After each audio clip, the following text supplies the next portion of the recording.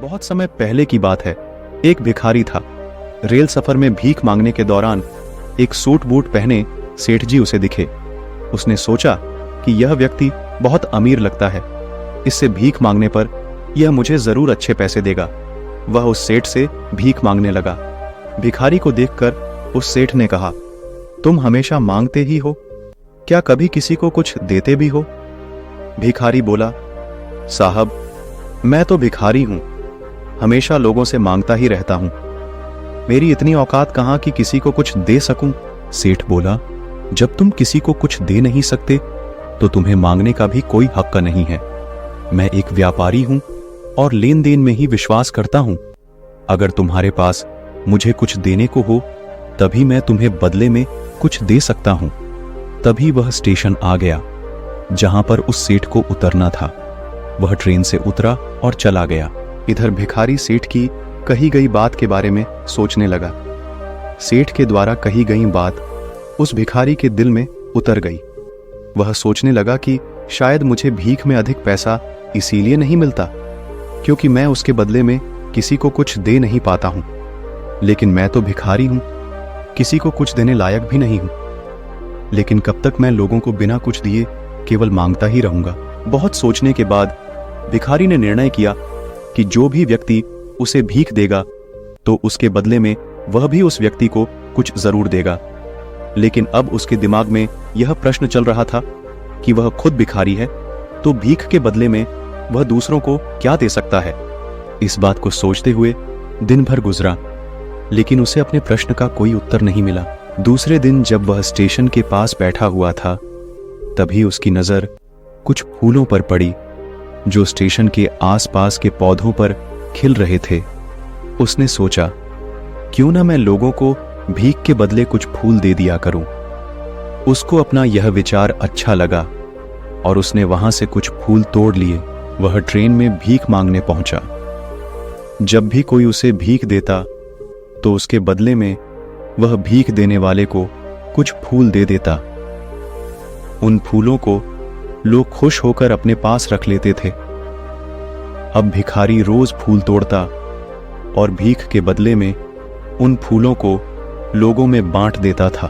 कुछ ही दिनों में उसने महसूस किया कि अब उसे बहुत अधिक लोग भीख देने लगे हैं।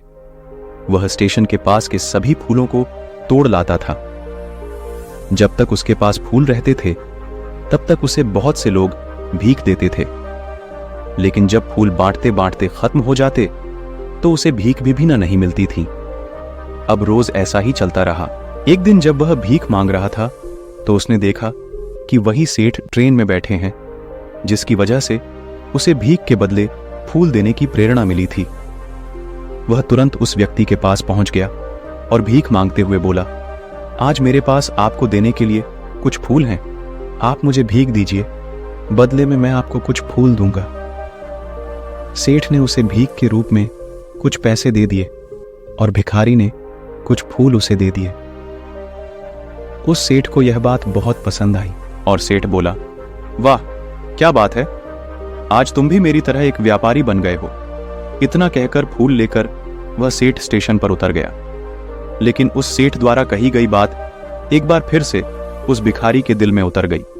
वह बार बार उस सेठ के द्वारा कही गई बात के बारे में सोचने लगा और बहुत खुश होने लगा। उसकी आंखें अब चमकने लगीं। उसे लगने लगा कि अब उसके हाथ सफलता की वह चाबी लग गई है जिसके द्वारा वह अपने जीवन को बदल सकता है।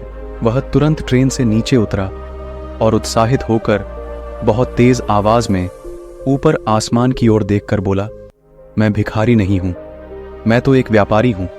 मैं भी उस सेठ जैसा बन सकता हूं, मैं भी अमीर बन सकता हूं। लोगों ने उसे देखा तो सोचा कि शायद यह भिखारी पागल हो गया है। अगले दिन से वह भिखारी उस स्टेशन पर फिर कभी नहीं दिखा। एक वर्ष बाद उसी स्टेशन पर दो व्यक्ति सूट बूट पहने हुए यात्रा कर रहे थे। दोनों ने एक दूसरे को देखा तो उनमें से एक ने दूसरे को हाथ जोड़कर प्रणाम किया और कहा, क्या आपने मुझे पहचाना? सेठ, नहीं तो शायद हम लोग पहली बार मिल रहे हैं। भिखारी, सेठ जी आप याद कीजिए, हम पहली बार नहीं बल्कि तीसरी बार मिल रहे हैं। सेठ, मुझे याद नहीं आ रहा, वैसे हम पहले 2 बार कब मिले थे? अब पहला व्यक्ति मुस्कुराया और बोला, हम पहले भी 2 बार इसी ट्रेन में मिले थे। मैं वही भिखारी हूं जिसको आपने पहली मुलाकात में बताया कि मुझे जीवन में क्या करना चाहिए, और दूसरी मुलाकात में बताया कि मैं वास्तव में कौन हूं। नतीजा यह निकला कि आज मैं फूलों का एक बहुत बड़ा व्यापारी हूं और इसी व्यापार के काम से दूसरे शहर जा रहा हूं। आपने मुझे पहली मुलाकात में प्रकृति का नियम बताया था, जिसके अनुसार हमें तभी कुछ मिलता है जब हम कुछ देते हैं।